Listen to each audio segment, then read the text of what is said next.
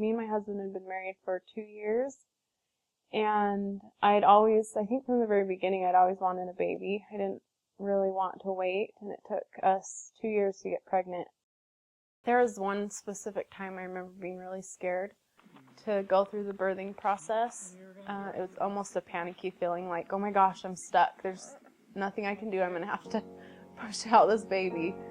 But it was only that one time, and after that I felt just really peaceful, like everything's going to be okay.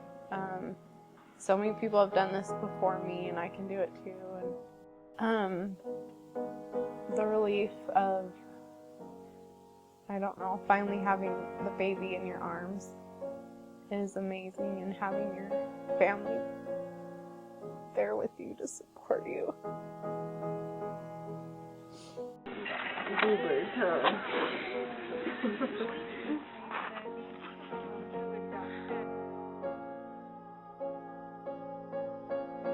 It's the closest thing to heaven that you can have, is to have all your family right there and continuing.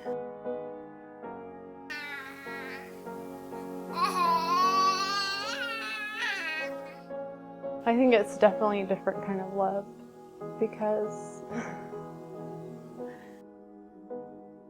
everything you do is for them. Even if they're not with you, your thoughts aren't very far away from them. My mom describes it as the most perfect relationship there is on earth. You just both love and trust each other, and there's nothing to break that. It's just a bond that's there. Being married to a man, you have to learn to love him unconditionally, whereas having a child, that unconditional love is immediate.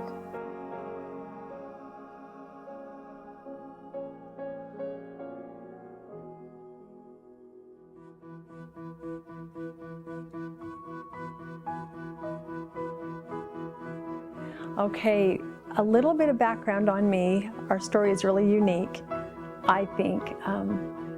I married a man whose wife died of cancer and left him with 6 little kids.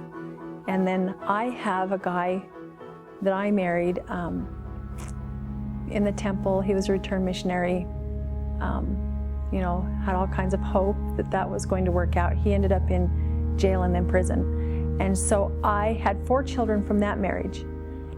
And so when we blended our families, we put 10 children together.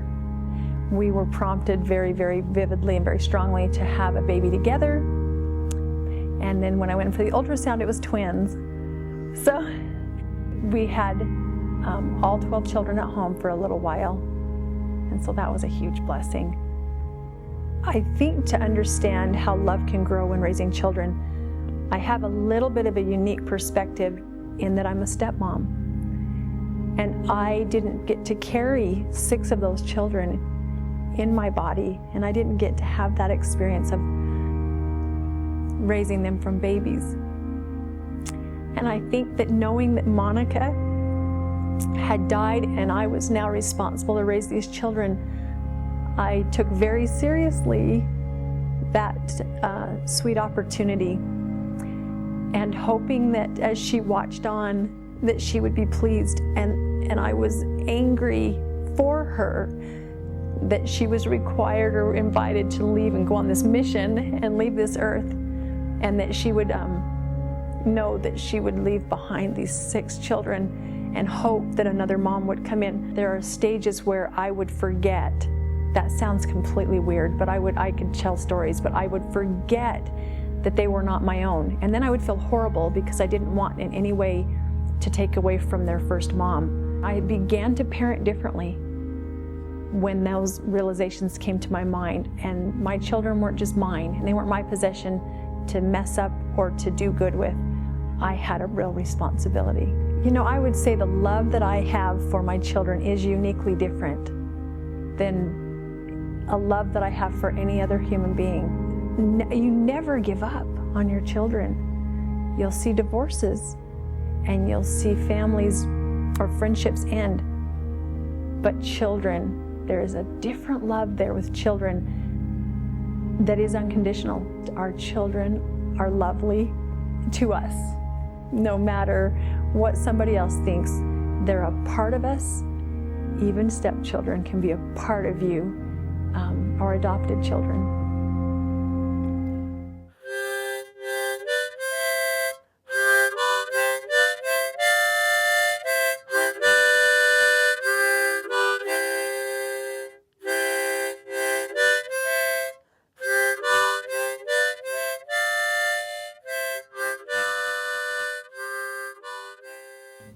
I have 8 children.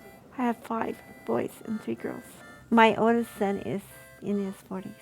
My youngest son is in his 30s. You have to learn to be patient.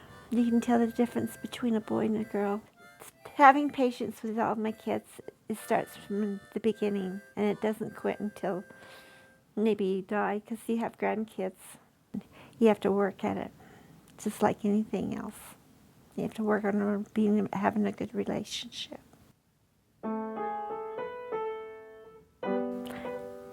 It's never done with. Being a mother is an eternal thing that you're going to have for the rest of your life.